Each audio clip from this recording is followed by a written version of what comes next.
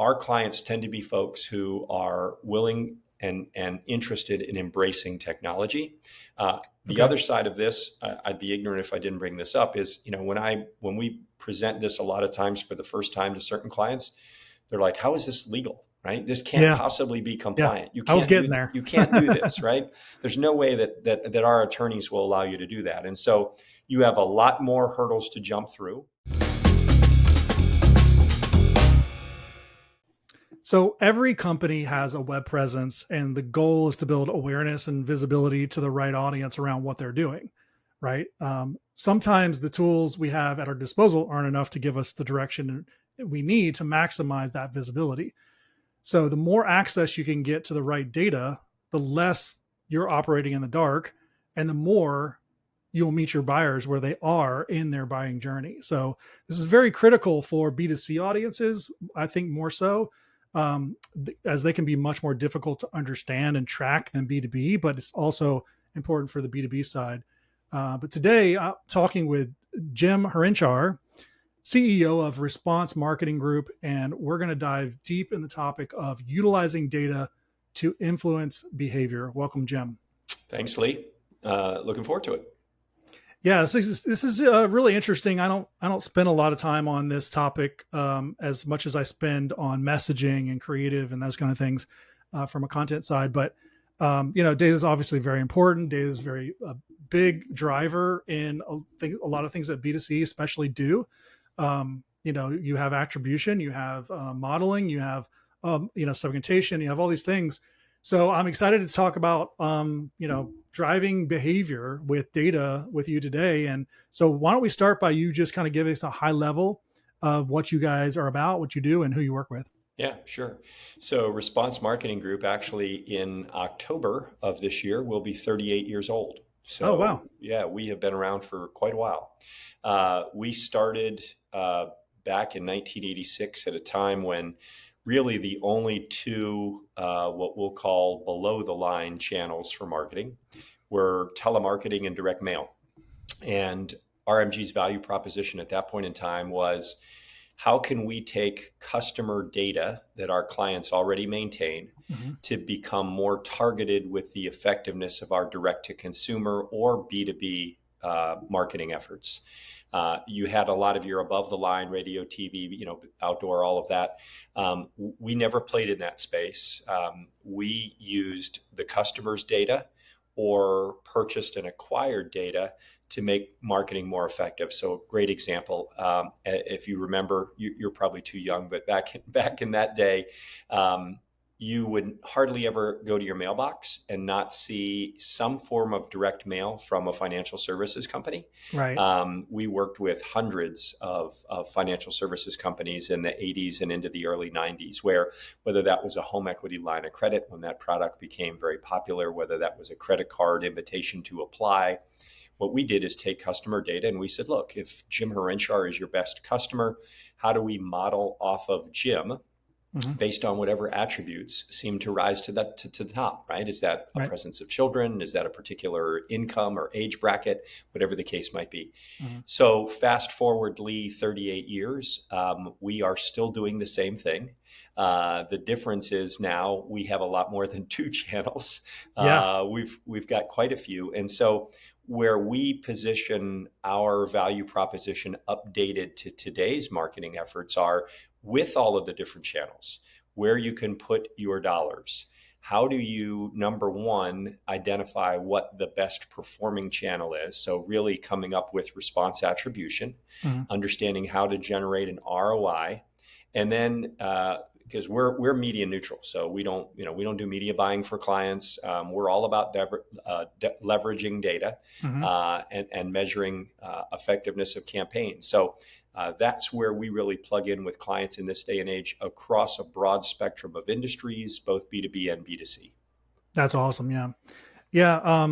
And, so what I thought we could do then is just maybe take a couple practical examples of what you've done in the past with clients and break those down. I know in our, when we were introduced, we were talking about smart pixel technology that you guys have. And tell us a little bit about that technology. And then I'd like to, kind of learn how you utilize that with clients? Yeah. So Smart Pixel is the ability to be able to place a pixel in the header of a website, any web property one of our clients may have, so that we can then de-anonymize. And I get people who roll their eyes when I use that word, but folks that have an opportunity to identify who that website visitor actually is. Over the 38 years, we've been fortunate enough to build a large normative database of about 2/3 of the US population. And into that database, we have put all of the publicly available information that we can get our hands on. So that can be surveys, registrations, warranty cards, subscriptions. That can be real estate transactions. That's DMV data. That's voting records. A lot of people don't realize just how much information is publicly available, either through direct purchase or license or whatever the case might be. That includes things like the U.S. Postal System's NCOA data. So we've got 220 million households with upwards of 200 demographics appended based upon both purchase behavior and self-reported information. And so what Smart Pixel does is it is a proprietary technology that allows a combination of identifying the originating location of an IP and a geolocation of an individual or a machine, a mobile device, whatever the case might be. We take that data that we're able to ascertain. We see Jim Harenchar at 123 Main Street. We look on our normative database and say, oh yeah, we also have a Jim Harenchar at 123 Main Street. We make that match. We're not matching 100% of the site visitor. We're matching anywhere from 40 to 60%. But as we like to say, historically you're matching zero. You're working off Google Analytics data, which is good. But that's technology that was developed in 1997, and so we've come a long way. So placing a pixel, and I know you've probably been close, as probably many in your audience have. Google's been talking about the deprecation of cookies and how is that going to affect us, and kind of kicking that can down the road. And just recently they announced they've given up. Right? They're concerned about the legal environment. They're concerned about regulatory environment, and so now they're not backing off of cookies, as they've told us for the last 4 years they were going to do. The biggest difference, honestly, between a pixel and a cookie is that cookies are very easy to clear. A pixel is not. A pixel allows us to get a depth of information. And so effectively what we're doing is we're going back to our clients and said that, last night at 9 o'clock, this person, Jim Harenchar, who lives at 123 Main Street, who happens to be X age, X income, presence of children, owns a home, drives a Chevy Tahoe, whatever publicly available information we have on Jim Harenchar, plus all of the pages in the time date sequence that they were on the web page. So Jim landed on our page because he clicked on a Facebook post that we exposed him to, and he came in at 9:10. He looked at these 5 pages in this sequence. And so now we are providing our client this incredible set of understanding and intelligence that Google Analytics can't really match. It's great in the absence of nothing. But a Smart Pixel technology now with that combination of pixel and IP address allows us to really kind of provide a full profile of who Jim is, what were the pages that he was looking at. And the end goal of that, as you can imagine, Lee, is now we can start to build segments of the population who's actually coming to the webpage and validate all of that media spending that's going on. Because you sat down and you said, hey, I'm trying to identify African-American women with children in households that make over $100,000. And you may find you're getting 65-year-old white males who make less than $75,000. And so you're not even getting the audience. And Google Analytics would tell you some of that, but not at the level of specificity as what Smart Pixel will do. Right. Okay. So going way beyond GA4 capabilities. And then so since you're not buying media, are you working with your clients' ad agencies, or are you working, how does that work? Like, you take the data, right, and you can segment it and do all these great things with it. Then what? Yeah, so the simple answer to your question is yes. So we provide a variety of services. While data is our bread and butter, we do have creative resources. So some of our what I'll call less mature clients who don't have a formal agency of record relationship, or maybe looking to us because of our specialty, will turn and say, look, you've identified the audience, you understand the segment. Can you help us craft a set of messaging to go to this very particular audience that we're looking to target?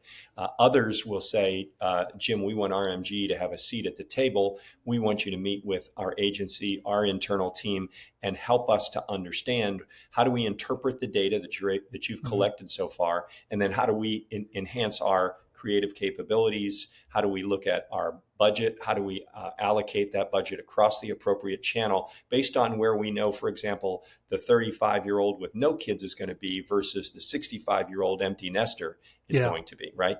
Yeah. Yeah, that makes a lot of sense. There's a lot of overlap there when it comes to strategy, from what you're learning on the data and how it's going to be deployed, for sure. Okay, so let's. Could you give us some examples of how this plays out in the real world?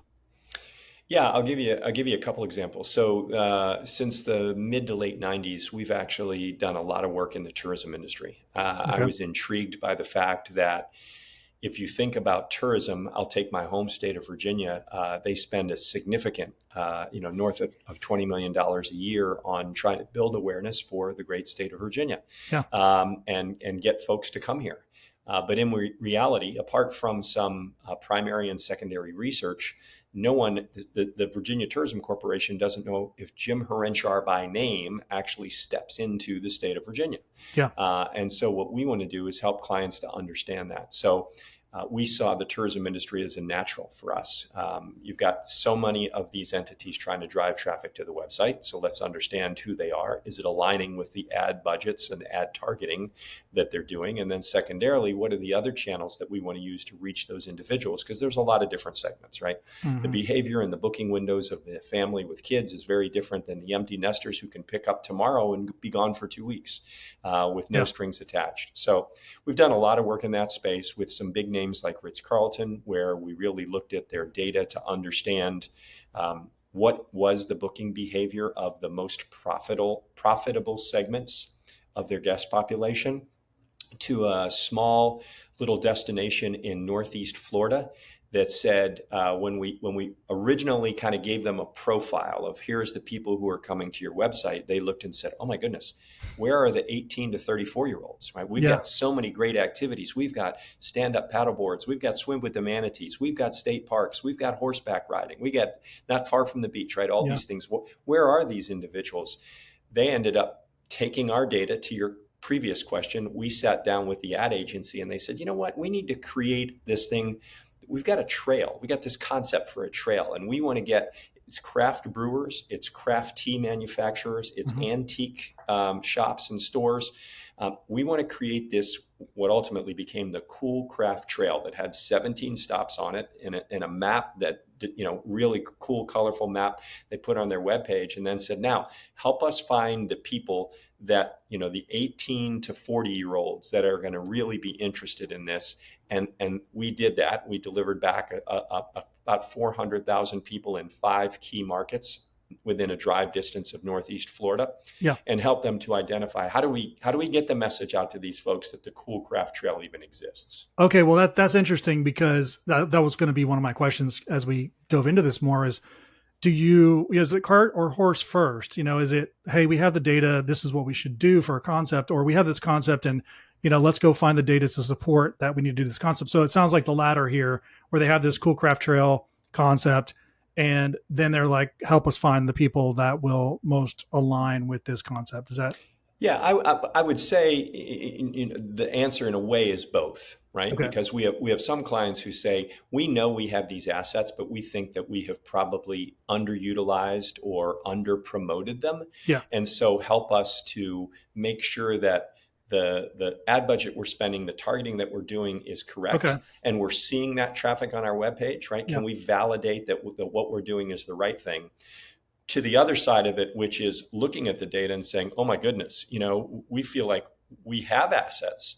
but we're not, maybe we have not even thought about the right way to market those. And Yeah. so, let's create a landing page. Let's create an addition onto our website.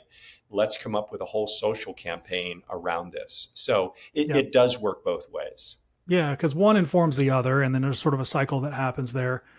Seems like if we zoom out a little bit, as you're talking, what this reminds me of is I just learned in our county that our sheriff's department has technology to read all of the license plates of anybody who comes in or out of our county, Yeah. and so they know who's here, Yeah. right? Yeah. And I think that's wild that they can do that, but it's great as a law abiding citizen. I think it's great that we know who's here and what they're doing essentially, and what it could lead to. So it helps to mitigate a lot of it's like proactive crime, um, policing. And it makes me think of that technology for what you're doing is that it's like you have this sort of area that you can kind of fence off and say, anybody who comes in or out of that area, we can know enough about them to market to them. And, Yeah. and so your smart pixel technology is, similar to like a Facebook pixel, in the way that it works, but it's different in that it is proprietary, that you guys created this on your own. Yeah, and it allows us to really kind of give our clients a much better view of the how are their ad campaigns performing, right? Because Okay. we're embedding UTM strings behind Mhm. images, behind links, and so now they can. I mean, even if you just take an email Mhm. that's a highly creative email, you can look at that and say, oh, we thought that this was going to resonate a lot with people, and in fact, it didn't, right? And Yeah. so if we're going to do a revision of this, we may want to look at different imagery. Or if we've got a click here box and it wasn't getting a lot of activity, we can tell them that level of information. So Yeah. It's yeah, I mean, amazing. I think the pixel is, in our mind, it's validation that where you are currently spending your money is in fact working. You're driving the audience you want to drive, and if not, a lot of our clients, are using GA4 as the only measurement tool. So Smart Pixel presents you with an alternative to say, I can get a whole lot more granular and I can understand now way more about who my audiences are. Yeah. That's amazing. That's such great technology. How long have you had this out?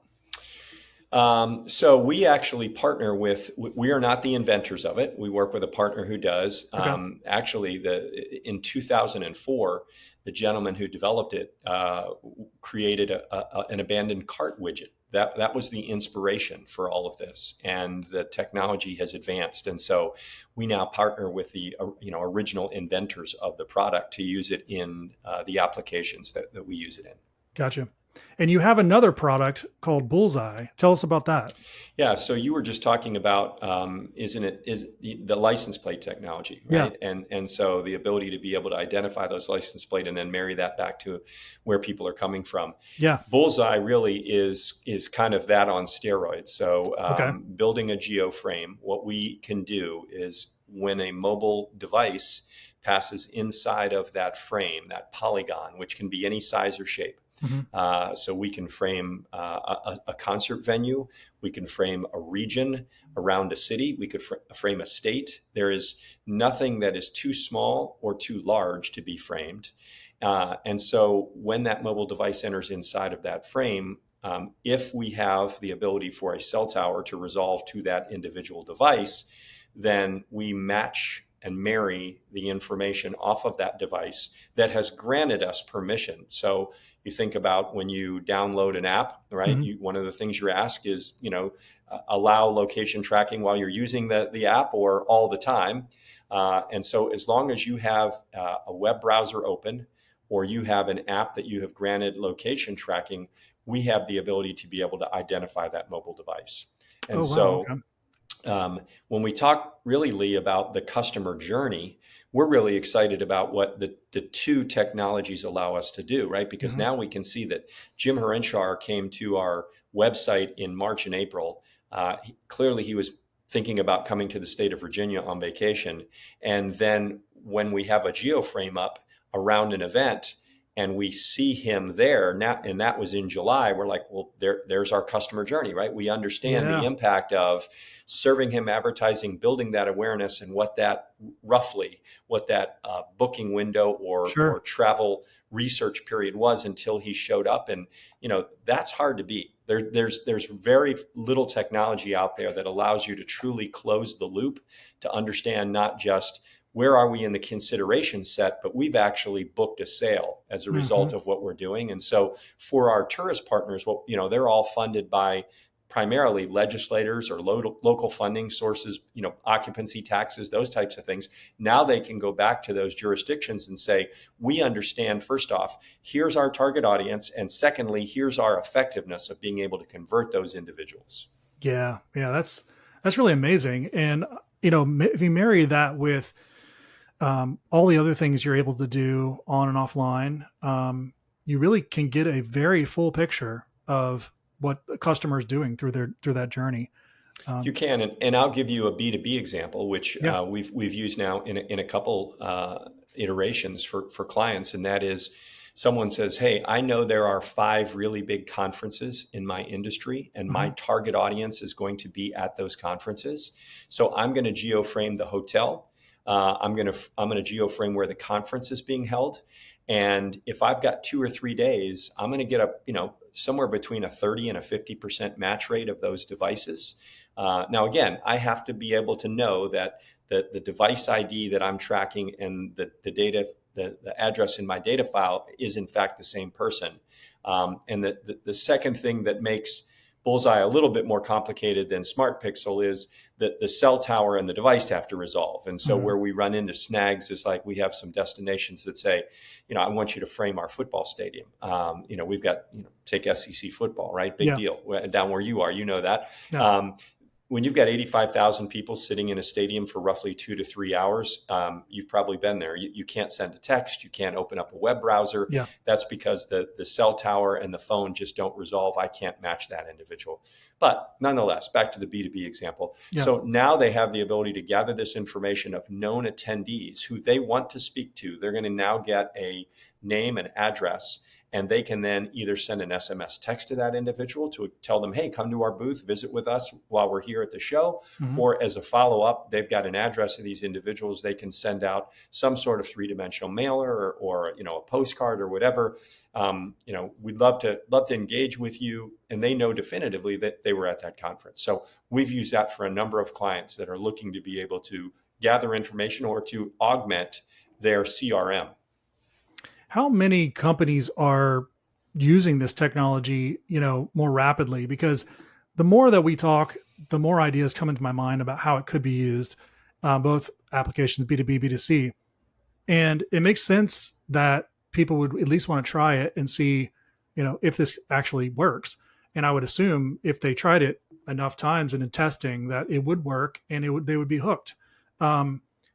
So to me, I mean, I would assume that all the big companies are using it because they are really wanting to see what's in the data, because they have a lot of other trends that they have to map, more so than just marketing. What's the middle market look like for, and even the enterprise market? I mean, what's the adoption rate on something like this? Yeah, so I would tell you that the reality is, even though the technology is about 4 years old, most people don't know about it. And I would, not to sound in any way prejudiced. I mean, I think that your folks like Google, who have had a product which has been the, de facto default for measurement. Most of our clients will still rely on that because it's what they're used to, right? They understand how to read and interpret the data. Anytime you introduce new technology, there's always a little bit of a reluctance to embrace it fully. But those that have done so have been very pleased, because our level of visibility is far greater than anything else that we use. So I would tell you, our clients tend to be folks who are willing and interested in embracing technology. The other side of this, I'd be ignorant if I didn't bring this up, is, when we present this a lot of times for the first time to certain clients, they're like, "How is this legal?" Right? This can't possibly be compliant. You can't, I was getting there. You can't do this, right? There's no way that our attorneys will allow you to do that. And so you have a lot more hurdles to jump through. Our folks at Marriott, put us through the ringer and met with a lot of attorneys and a lot of compliance. And we had to make sure that we were walling off U.S. residents versus residents in any other location, because compliance with GDPR is much different than compliance from a U.S. perspective. Sure. But we're very, very aware of that, right? So we have attorneys on our staff that are constantly monitoring what's occurring in state by state compliance requirements. So we're following that closely. But I would tell you that the bigger corporations recognize that there's a bit of a landmine that you have to navigate. So it can be a 6 to 9 month process to go through legal compliance, regulatory, and procurement. So it tends to be the smaller, more nimble that say, I got it, right? I understand. We've done our due diligence. We're comfortable with it. You're using publicly available information. They embrace it. They deploy it. They have no problems with it. Yeah, I mean, that brings up a great point about the good and the good and the bad of having access to all of this public data. I mean, it is public, so that's one thing. And I understand there's some companies that have much more regulatory hurdles than others. So I think personally, just looking at this sort of first glances, it does come back to what you're doing with it, right? So Correct. What kind of ads are you putting in front of people? What kind of frequency, is there that you're of the ads that you're putting in front of them? Are you texting them too much? Are you, I'm sure there's a lot of other ways to look at it too, but what's the good and bad side of this? I mean, how do you mitigate that other than just the regulatory? Well, I think if you look at the spectrum kind of our clients, you have some that are very conservative, and the way they're using the data is more directionally and to validate. So, they're spending a significant amount of money monthly in digital ad buys.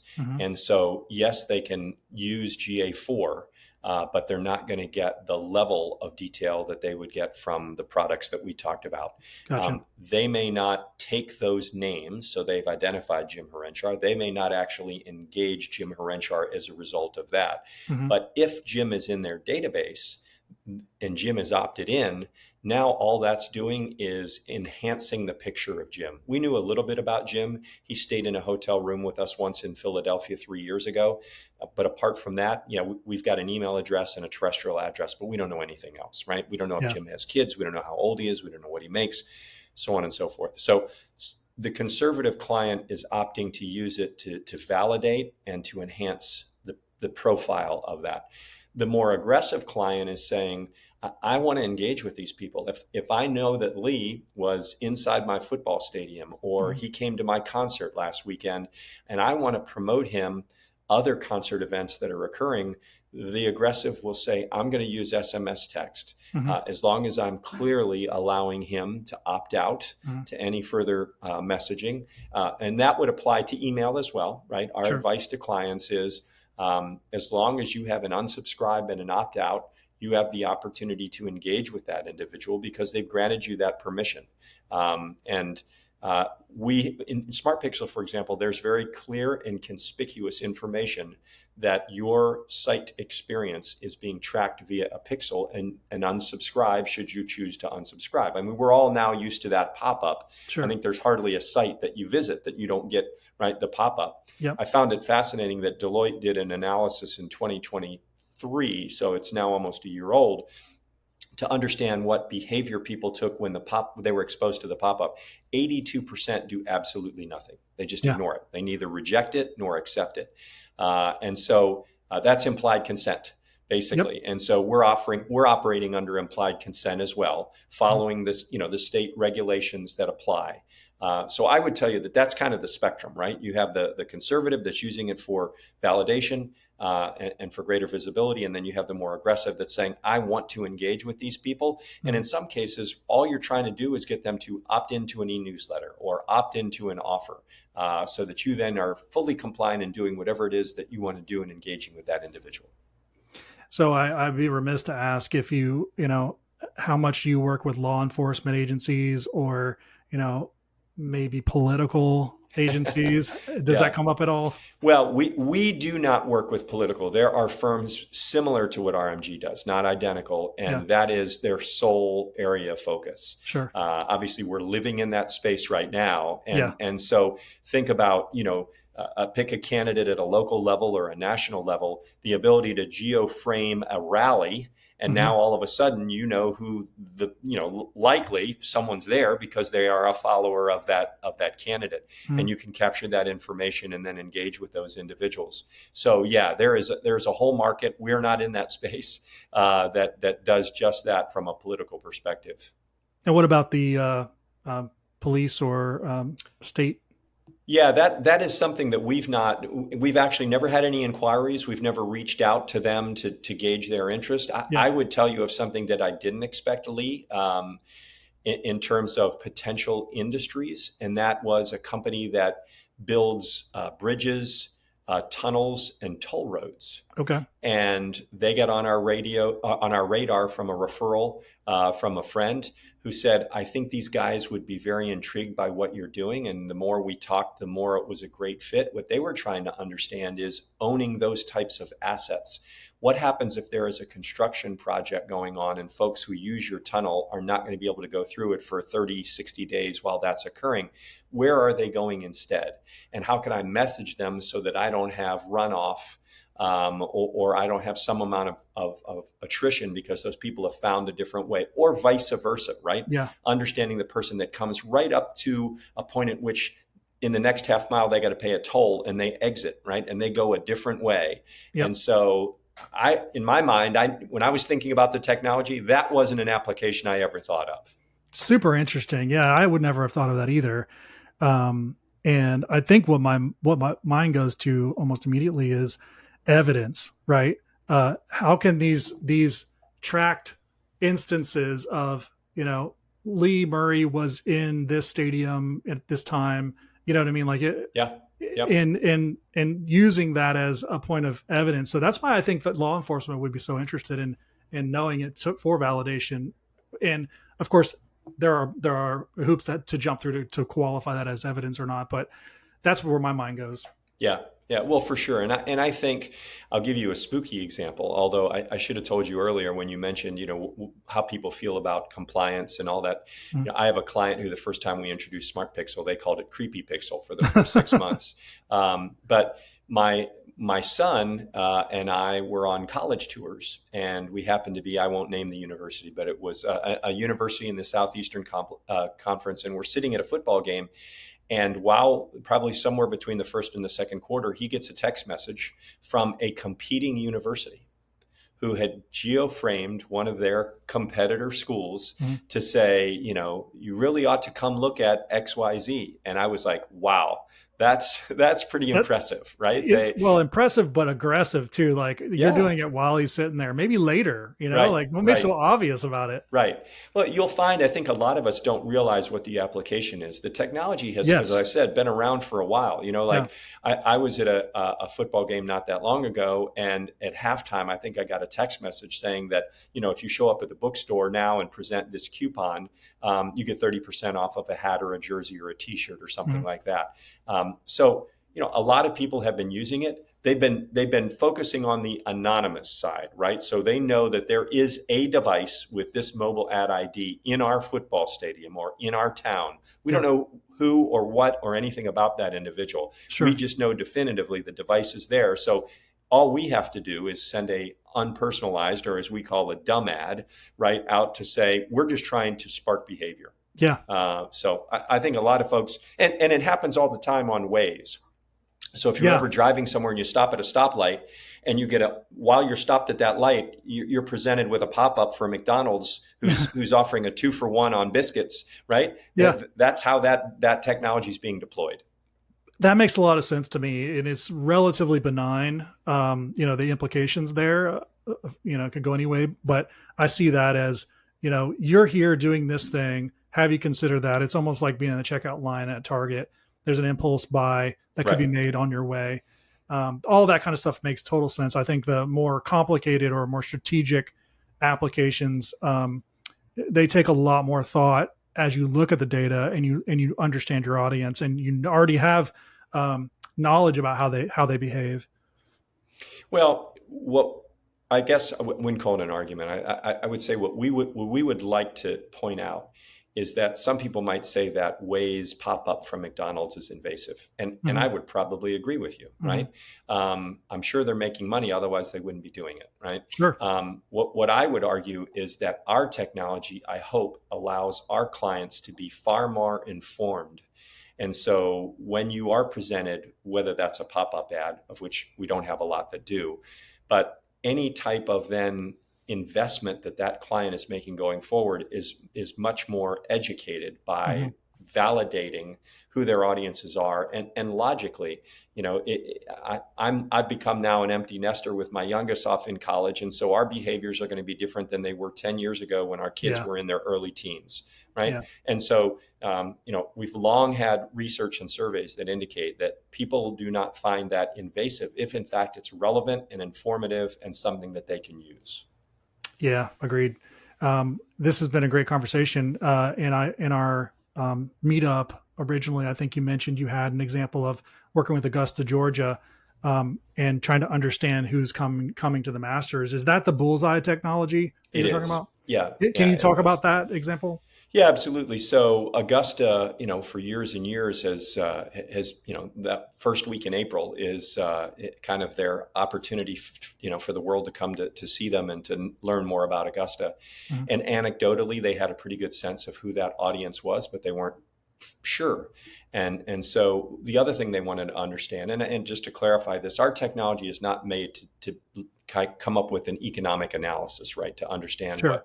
what the visitor spend is. Yeah. We're trying to just identify what has been anonymous visitation. And so in this case, we geoframed a number of areas, the heavy retail and restaurant area, the heavy lodging area, the areas around the golf course themselves, with the intent for Augusta to not only validate, again, who they anecdotally in the past had thought, but now to actually get some clear information on, for example, what percentage of folks were coming from the Northeast, Yeah. right? So when we looked at that data, we found that, north of 35, 40% was coming from New York, New Jersey, Rhode Island, and Connecticut. So therein, you present an opportunity for follow-up engagement to go out to any of these individuals to say, hey, you saw us in the spring. You ought to come back and see us in the fall. We've got all these festivals and events. If you're thinking of retirement relocation, our property tax are lower, our real estate's lower, all of that. And then for locals, now you're validating a whole audience of locals that enjoys spectator sports. Mm-hmm. And so for that particular fall, after we built that frame, they were hosting the U.S. Ironman competition. International, sorry. And so they had a whole host of people that clearly had kind of identified themselves as interested in sports. And so now they would go out to that local group. So, and you can segment the data based on, zip codes and states and all those other types of things. And so, Sure. hey, we're hosting this. We'd love to have local people out supporting the athletes and to show how great Augusta is. And they engage those locals on a completely different strategy than those people that lived in New England. And then we're only there for a day or 2 days or 5 days, whatever the case might be. Yeah, that's awesome. As I'm thinking through this, how much do you work with the mid-market companies or small companies versus enterprise? I would say mid-market to small is probably about 60 to 65% of our client base. Okay. Yeah, and I'm wondering, because I'm thinking of clients that I have right now I could refer you to, and I can see the application in their businesses. How would someone think about the pricing structure for bringing you guys in and looking at their data? And because I think there's like you mentioned, using to validate is such a great way to start if you already have data. But it seems like it's really up to our imagination of how we could use this technology.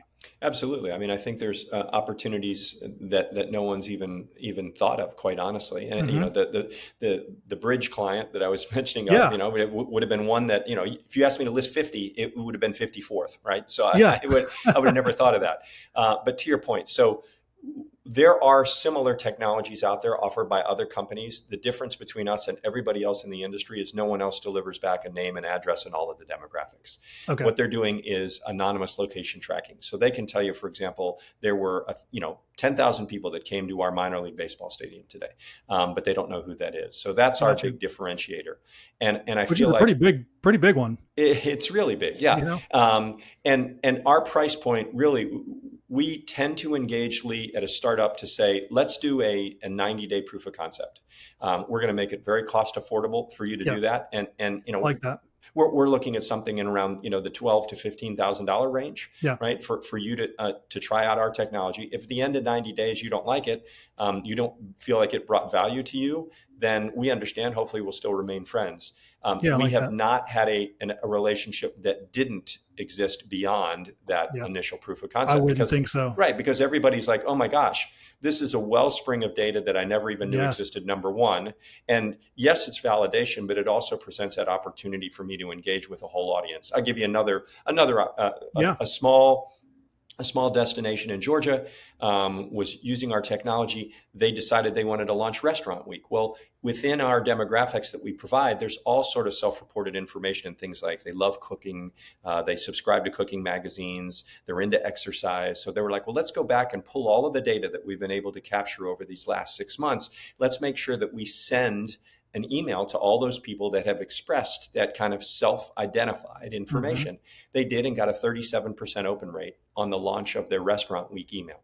That's awesome. Perfect application of something that is not viewed as intrusive, because again, you're taking self-reported information and presenting that relevant information to an audience.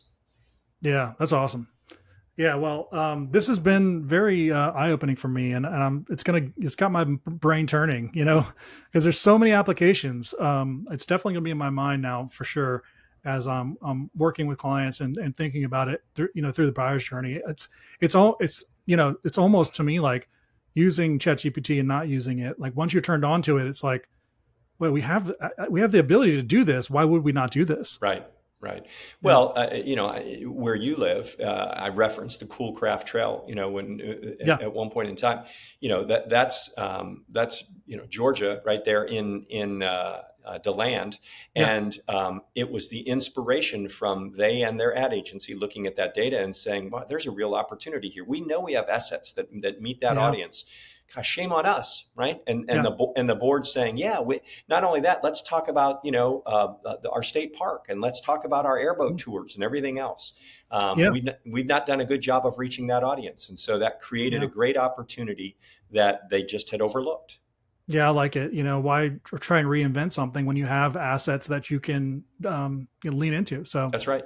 it's awesome. That's right. Well, thanks for being on the show. This has been very enlightening. And if I want to send people your way, where do I send them? Yeah, please do. So actually, what we've constructed is a link for folks that are fans of your podcast. It's RMG-USA /exploring growth. Awesome. So like RMG, Robert Mary George -USA /exploring growth. So That's great. Yeah, we'll put that in the description. And thanks again. This has been great. wonderful. Enjoyed it.